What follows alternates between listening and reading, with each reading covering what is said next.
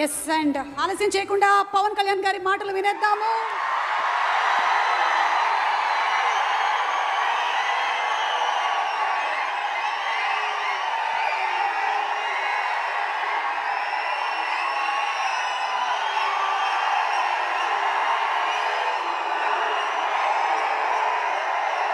హరిహర వీరమల్లు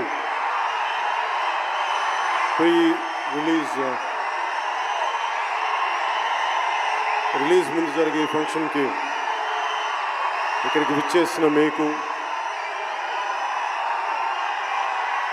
తెలుగు సినిమాని ఆదరించే ఇష్టపడే ప్రతి ఒక్కరికి, టీవీల్లో వీక్షిస్తున్న ప్రతి ఒక్కరికి కూడా మన శిల్పకళా వేదిక నుంచి వారందరికీ నా హృదయపూర్వక నమస్కారాలు.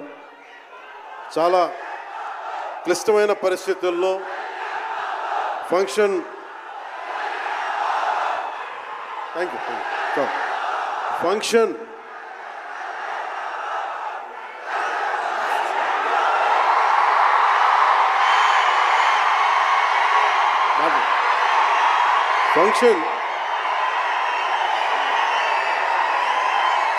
హైదరాబాద్ తెలంగాణలో హరిహర వీరమల్లు ఫంక్షన్ ఒక కనీసం లక్షలాది మంది మధ్య జరుపుకుందామని ప్లాన్ చేసిన వర్షాభావాలు ఇతరత్ర కారణాల వల్ల దాన్ని ముందుకు తీసుకెళ్ళలేక ఫంక్షన్ సైజ్ని మన శిల్పకళ వేదికకి పరిమితం చేసినా కానీ ప్రతి ఒక్కరికి టీవీలో కూర్చొని మరింత సురక్షితంగా చూడాలని ఒక ఉద్దేశం. ఇలాంటి ఒక ఫంక్షన్ చేసుకోవాలంటే చాలా ఒత్తిళ్ళు ఉంటాయి.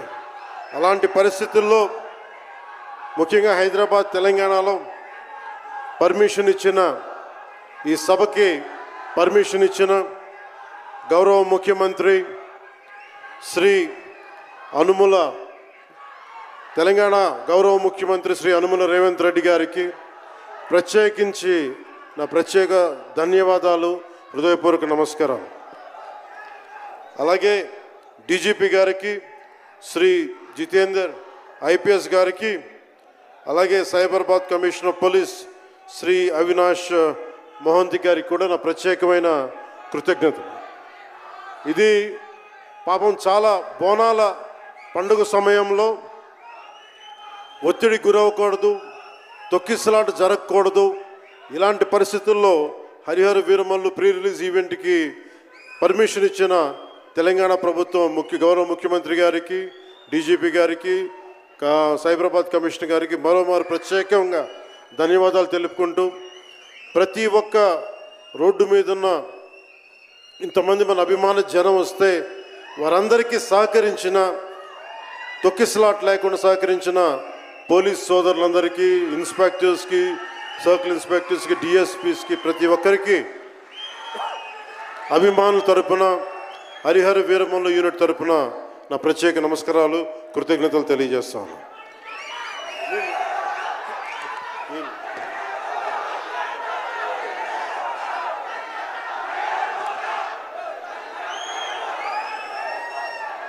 అలాగే తెలంగాణ సినిమాటోగ్రాఫర్ శాఖ మంత్రి శ్రీ కోమటిరెడ్డి వెంకటరెడ్డి గారు రావాల్సి ఉండింది, కానీ ఆయన మనకి సీఎం గారు రివ్యూ మీటింగ్ల వల్ల రాలేకపోయారు.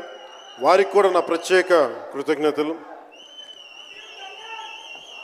అలాగే నేను పాలిటిక్స్కి వచ్చాక, సినిమాలోకి వచ్చి మీ అభిమానాన్ని ఎలా సంపాదించుకున్నాను, పాలిటిక్స్లోకి వచ్చాక నేను స్నేహంతో పాటు ఒక మంచి స్నేహితుణ్ణి, అలాగే ఒక మంచి ఒక మిత్రుణ్ణి సంపాదించుకున్నాను. అది శ్రీ ఈశ్వర్ ఖండ్రే గారు. And I found a great friend and a great brother in him. I am truly grateful to you, sir, from coming all the way from Karnataka, for making your time in your busy schedule, and I'm eternally grateful to you for making your presence felt here. Your blessings and your kind words and your good words are truly inspiring, and we will truly cherish this moment with you, sir. We are grateful to you. అలాగే కందుల దుర్గేష్ గారు గౌరవ పర్యాటక సాంస్కృతిక శాఖ మరి cinematograph శాఖ మార్చులు ఆంధ్రప్రదేశ్ ప్రభుత్వం. అలాగే ప్రత్యేకించి రఘురామకృష్ణరాజు గారు, మీకు తెలుసు కదా, ఆయన గురించి చెప్పక్కర్లేదు కదా. గౌరవ ఆంధ్రప్రదేశ్ శాసనసభ ఉపసభాపతి, ఆయన మాటని శాసనసభలో చూడాలి, చాలా ఆనందంగా ఉంటుంది ఆయనతోటి. వారికి కూడా నా ప్రత్యేకంగా ధన్యవాదాలు.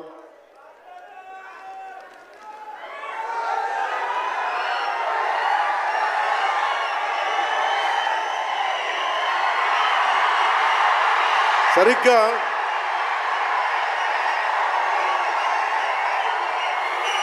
ఒక 2 సంవత్సరాల క్రితం భీమ్లా నాయక్ రిలీజ్ అయినప్పుడు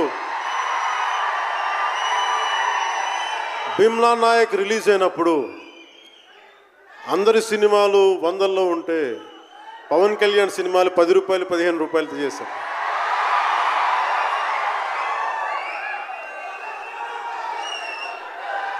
నేను ఒకటే చెప్పాను ఆ రోజున, మనల్ని ఎవడు ఆపేది.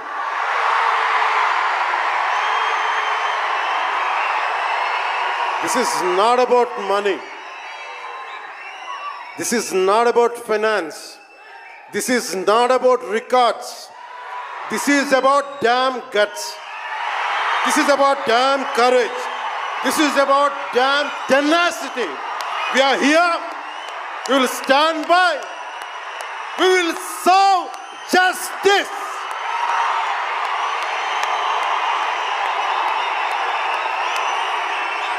పవన్ కళ్యాణ్ ఎప్పుడు రికార్డుల కోసం ప్రయత్నం చేయాల. Reluctant actor.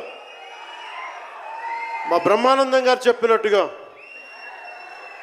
నేనేం కోరుకోలే, నేను ఒక యాక్టర్ అవ్వాలని కోరుకోలే, సగటు మనిషిగా బతుకుదామన్న ఒక్క ఆలోచన తప్ప నాలో ఏం లేదు. అలాంటిది నేను పొద్దున ప్రెస్ మీట్లో రత్నం గారి గురించి మాట్లాడాను, ఇప్పుడు మీకోసమే మాట్లాడతాను, నా అభిమానుల కోసం. ఈరోజు నేను ఇక్కడ నిల్చున్నాను, పడి లేచాను, పడుతూనే ఉన్నాను, లేస్తూనే ఉన్నాను. దానికి కారణం ఒకరే, మీరే.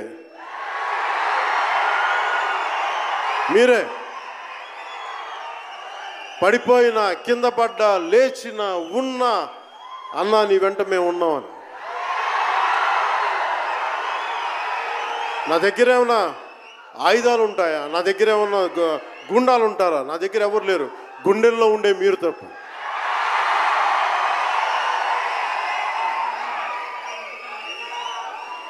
దాదాపు నేను 96లో నా మొదటి సినిమా అక్కడమ్మా ఇక్కడబ్బాయి, ఇది 2025 అంటే ఆల్మోస్ట్ 29 to 30 years, అంటే దాదాపు 29-30 సంవత్సరాలు నేను చిత్ర పరిశ్రమకు వచ్చి. ఎలా ఉంది అంటే నాకే తెలియదు, అలా కాలం అట్లా అయిపోయింది. కానీ కొంత వయసు పెరిగిందేమో కానీ గుండెల్లో చావు ఇంకా చావాలి, బతికాం.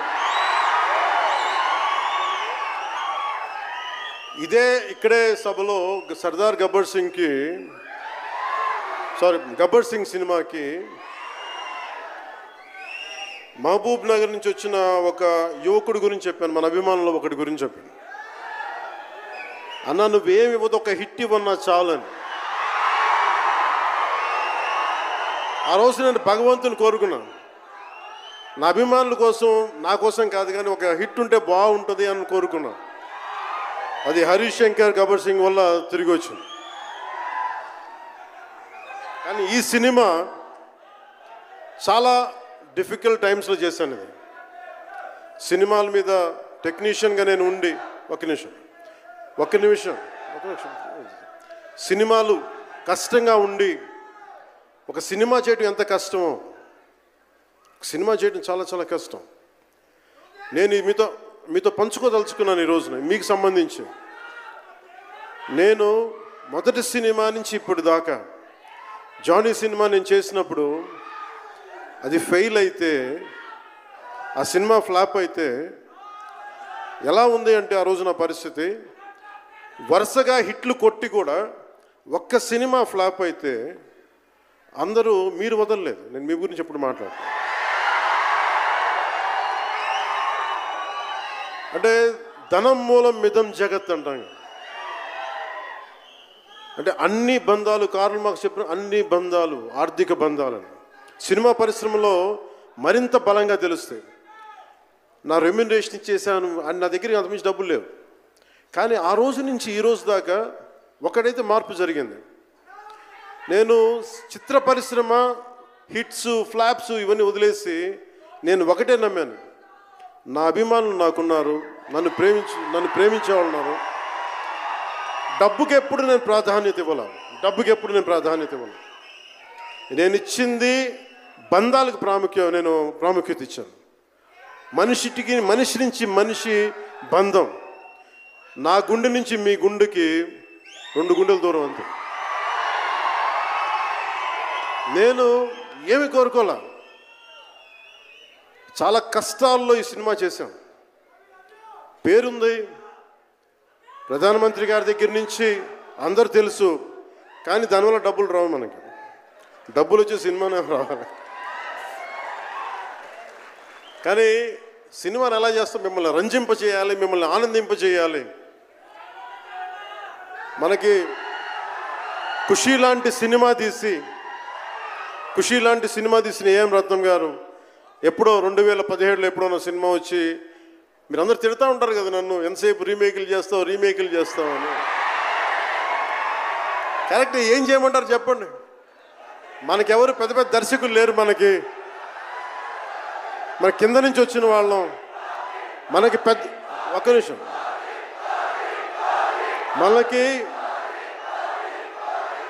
మన సినిమాలని చెప్తున్నా. ఓజీ సంతోషం, ఇది వీరా. మీకు ఈ సినిమా గురించి చెప్తాను మీకు. అంటే మనకి దర్శకులు ఎవరు లేరు. నన్ను అందరూ కూడా ఈ రీమేక్ చేస్తే వీడితో పని అయిపోతే డబ్బులు వస్తాయి, వీడికి రీమేక్ చేస్తే డబ్బులు వస్తాయి. మధ్యలో నేను చేసిన పాపం వల్ల ఒక ఫ్లాప్ తీసాను అంతే. ఆ ఫ్లాప్ తర్వాత నా గ్రిప్ రాలే మళ్ళీ ఫిల్మ్ ఇండస్ట్రీలో. మళ్ళీ నాకు నిలబడింది ఒక త్రివిక్రమ్ శ్రీనివాస్ నిలబడ్డాడు నా కోసం. ఆయన ఎవరో కూడా తెలియదు నాకు. ఎవరన్నా సక్సెస్లో వెతుక్కొని వస్తారు, అపజయాల్లో వెతుక్కొని వచ్చిన నా మిత్రుడు, ఆత్మ బంధువు త్రివిక్రమ్ శ్రీనివాస్ వచ్చి అప్పుడు జలసా తీశారు. కష్టాల్లో ఉన్నప్పుడు లేదు. అడ్వర్సిటీ రివీల్స్ ట్రూ క్యారెక్టర్ అంటారు. కష్టాల్లో ఉన్నవాడే వచ్చినప్పుడు స్నేహితుడు.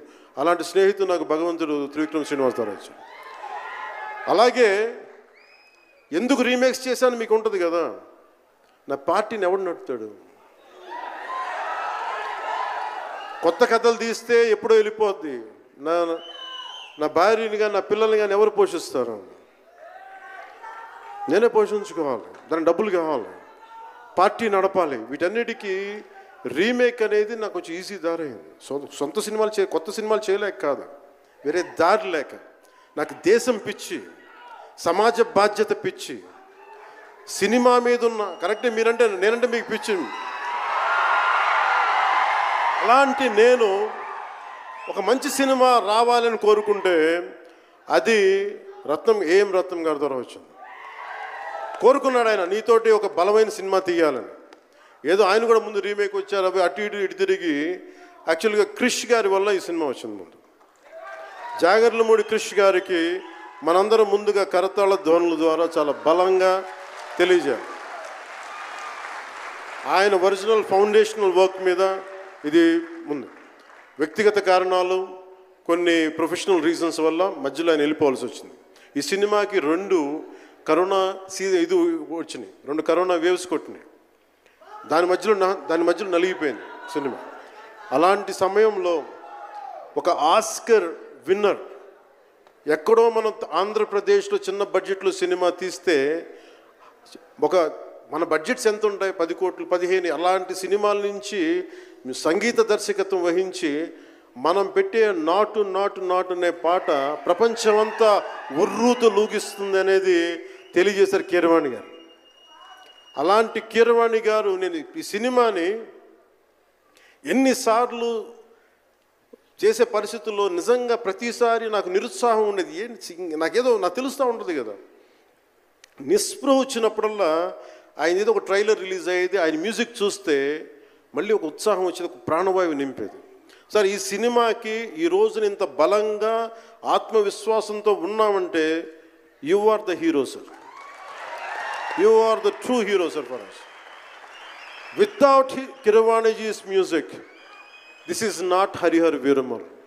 ఈరోజు హరిహర వీరమల్ బలంగా ఉంది అంటే it's only the dedication and the kind of effort he has put into the film is truly commendable and truly admirable, sir. We are truly grateful to you, sir.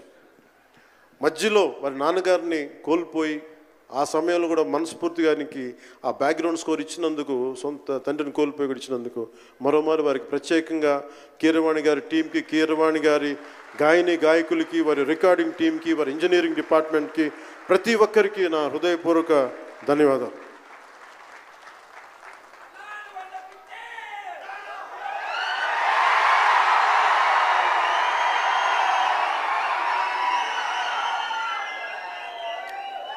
ఈ సినిమాని టెక్నీషియన్స్ గురించి అందరితో మాట్లాడి దాన్ని విల్ టాక్ అబౌట్ సినిమా. జ్యోతి కృష్ణ నాకు ఖుషీ time నుంచి లండన్లో చదువుకొని వచ్చాడు, film making course as a director. ఆయన సినిమాని చాలా బాగా హ్యాండిల్ చేశారు. ఎలా ఈ పరిస్థితులు ఎవరు చేయగలరు అనుకుంటా ఆయన స్టెప్ ఇన్ అయ్యి ఒక తండ్రికున్న విజన్కి కొడుకు సారథ్యం వహించి తండ్రి కొడుకుల తాలూకు ఇది ఎఫర్ట్ ఈ సినిమా ఇది. సో మనస్ఫూర్తిగా జ్యోతికృష్ణ గారికి, రత్నం గారికి మరోమారు నా ధన్యవాదాలు చెప్తా ఉన్నాను. అలాగే ఈ సినిమాని ప్రారంభించినప్పుడు జ్ఞానశేఖర్ గారి కెమెరామెన్, ఆయనకి నా మనస్ఫూర్తిగా కృతజ్ఞతలు. అసలు ఈ సినిమాని ఇంత రికార్డ్ బ్రేకింగ్ స్థాయిలో మీ అందరికీ తెలుసు కదా, మీరు అంతసేపు ఓజీ అంటారు. నా సినిమానే ఓజీ బయట వాళ్ళ సినిమా కాదు కదా, మన సినిమానే కదా. కానీ హరిహర వీరమల్లుకి ప్రాణం పెట్టిన ఇంకొక వ్యక్తి ఉన్నారు, ఆయన మనోజ్ పరమహంస. అంటే నాకు టైము, నేను రోజు చెప్పాను 2 గంటలు ఇస్తానని చెప్పాను. నేను అడ్మినిస్ట్రేటివ్ నా దగ్గర ఉంది, ఈశ్వర్ ఖండ్రే గారిలాగా నేను కూడా ఫారెస్ట్ మినిస్టర్, దాంతోపాటు పంచాయతీ రాజ్ ఉంది. వీటన్నిటి మధ్యలో నేను ఇవ్వగలిగేది 7 నుంచి 9 2 గంటలు ఇస్తాను. మీకు ఏం చేస్తున్నారో చేసుకోండి. వారానికి 5 రోజులు ఇచ్చాను. ఈ 5 రోజుల్లో దాన్ని చాలా పగడ్బందీగా ప్లాన్ చేసి మంగళగిరిలో ఉన్న జనసేన పార్టీ ఆఫీస్ నుంచి 2 గంటల ఒక కూతవేటు దూరంలో ఉన్న నా సన్నిహితులు, నా మిత్రులు రమేష్ లింగంనేని గారి మిడ్ వ్యాలీ స్టూడియో, వాళ్ళ స్థలం ఉంటే దాన్ని మిడ్ వ్యాలీ స్టూడియోస్గా మార్చేసి అక్కడే సెట్స్ చేసాం. మొత్తం మేజర్ వర్క్ అక్కడే చేసి దాని స్పెషల్ ఎఫెక్ట్స్ చేసాం. ఇలాంటివన్నీ సహకరించినందుకు, చేయగలిగిన సత్తా ఉన్న మనోజ్ పరమహంస గారికి మనస్ఫూర్తిగా నా ధన్యవాదాలు. అలాగే ఎగ్జిక్యూటివ్ ప్రొడ్యూసర్ దయాకర్ రావు గారికి, అలాగే ఆర్ట్ డైరెక్షన్కి చేసిన తోట తరుణి గారికి, అలాగే పాపం నేను పొద్దున కూడా చెప్పాను, ఈ సినిమాకి ఎవరన్నా సరే ఎంతోమంది క్యాస్టింగ్ ఉన్నారు ఈ రోజున. విచిత్రంగా నేను, నిధి అగర్వాల్ తప్ప ఇంకెవరు లేరు. మన భరణి గారు, రఘు గారు, చాలా మేజర్ క్యాస్టింగ్ ఉంటే ఎవరు లేరు. దానికి ఈ సినిమాని ఇన్ని రోజుల దాకా, గత నెల రోజుల నుంచి ఒంటి చేత్తోటి జనం మధ్యలో ఉండేలాగా నిధి అగర్వాల్ గారికి మనస్ఫూర్తిగా, నేను ఆవిడని చూసి సిగ్గు తెచ్చుకొని నేను కూడా ఈ రోజున మాట్లాడాను. అంటే నువ్వు ఎంత ఉప ముఖ్యమంత్రి అయినా, అంటే ఢిల్లీకి రాజైనా తల్లి కొడుకేలాగా నువ్వు ఎంత ఉప ముఖ్యమంత్రి అయినా,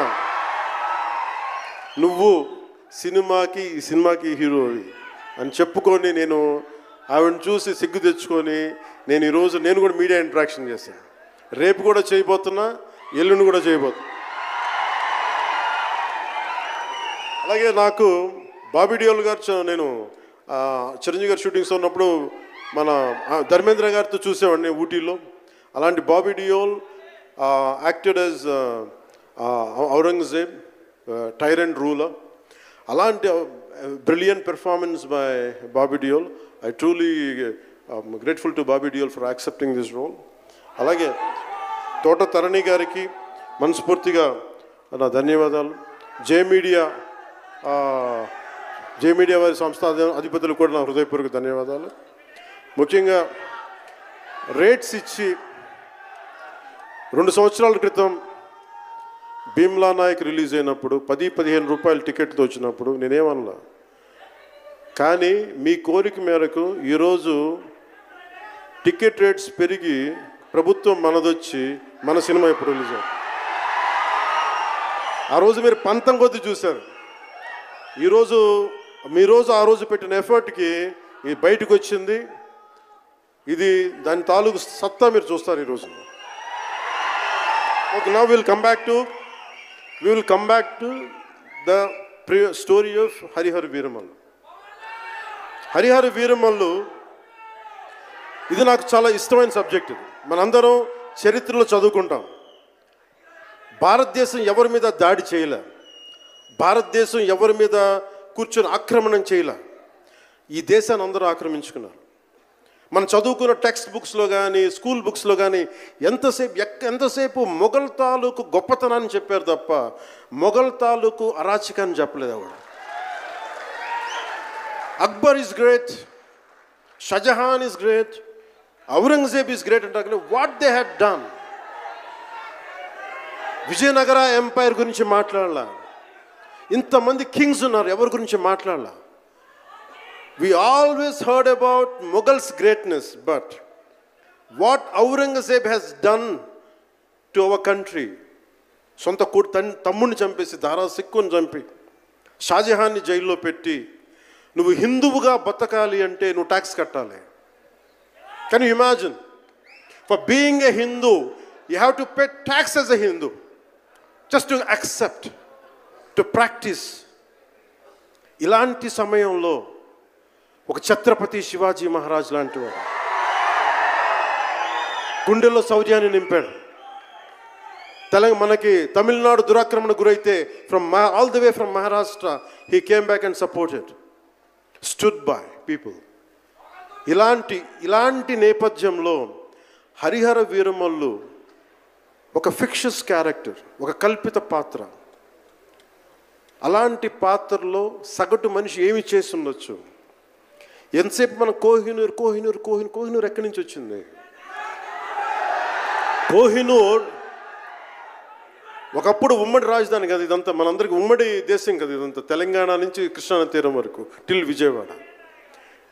ఆ కృష్ణానది తీరం దగ్గర ఇప్పుడు విజయవాడలో ఉన్న కొల్లూరు దగ్గర వజ్రపు గనులు ఉంటే అక్కడ దొరికిన వజ్రం అది. ఆ వజ్రం ఎక్కడి దాకా వెళ్ళింది? అది మన నిజాం నవాబ్ దగ్గరికి వచ్చింది. నిజాం నవాబ్ దగ్గర నుంచి ఆ మొఘల్కి వెళ్ళింది. రకరకాల ఫైనల్గా ఈ రోజున కోహినూర్ యూకే లండన్లో ఉంది, లండన్ మ్యూజియంలో ఉంది. సో దాన్ని దృష్టిలో పెట్టుకొని నాకు కృషి గారు కథ చెప్పినప్పుడు ఇంట్రెస్టింగ్ అనిపించింది. Then we did the story, then cinema చేశాం. ఈ సినిమా మేకింగ్ ప్రాసెస్లో చాలా నలిగాం. ఇలాంటివన్నీ నలిగిన తర్వాత ఒకటే ఏంటంటే ఈ సినిమాలో ఇది ఎన్ని రికార్డులు చేస్తా నేను చెప్పలేను, ఎందుకంటే ఎంత కలెక్షన్ చేస్తానో నేను చెప్పలేను. ఎందుకంటే నేను ఎప్పుడు కూడా ఈ రోజుకి చెప్తున్నాను, we did our best efforts better. అంటే మీరు అంటారు కదా, మీకోసం కొంచెం కాలు కూడా కదిల్చాను డ్యాన్సుల కోసం. అలాగే నేను చాలా సంవత్సరాలు అయిపోయింది ఎంతసేపు పొలిటికల్ ప్రాసెస్లోకి వెళ్ళిపోయి రియల్ లైఫ్ గుండాలను ఎదుర్కొన్నాను, రియల్ లైఫ్ రౌడీలను ఎదుర్కొన్నాను. కానీ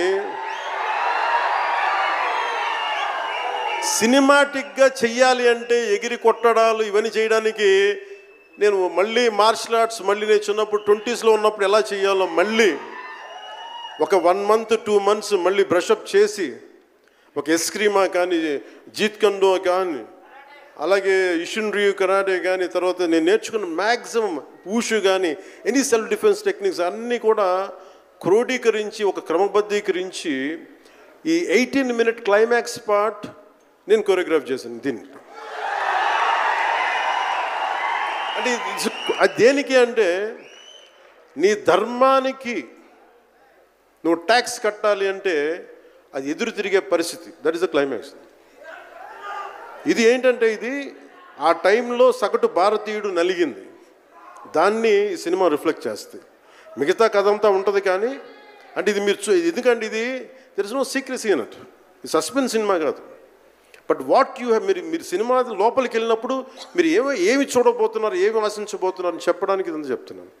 ఎందుకంటే నాకు అమ్మడం తెలియదు, నా సినిమా ఇన్ని 100 కోట్లు చేస్తున్నా తెలియదు. ఎందుకంటే 10-15 రూపాయలతో కూడా సినిమాలు ఆడినాయి మరి.